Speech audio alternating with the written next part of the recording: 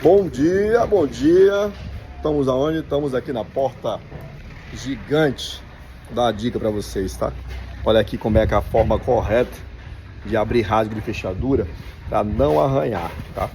Ó, fita. A gente passa a fita crepe toda aqui, tá? Por quê? Porque se a lima escapulir, a broca escapulir, vai pegar na fita e não vai arranhar o perfil. Então tem bastante cuidado quando for abrir esse tipo de rasgo. A mesma coisa aqui, ó. Só que a diferença, aqui na folha da porta, a fechadura já vem usinada lá da fábrica. Então a gente tem bancada, muito mais fácil de você abrir do que aqui na obra. Então na obra, essa aqui é a dica. Passar a fita, tá vendo? O Leandro fazendo a marcação aqui.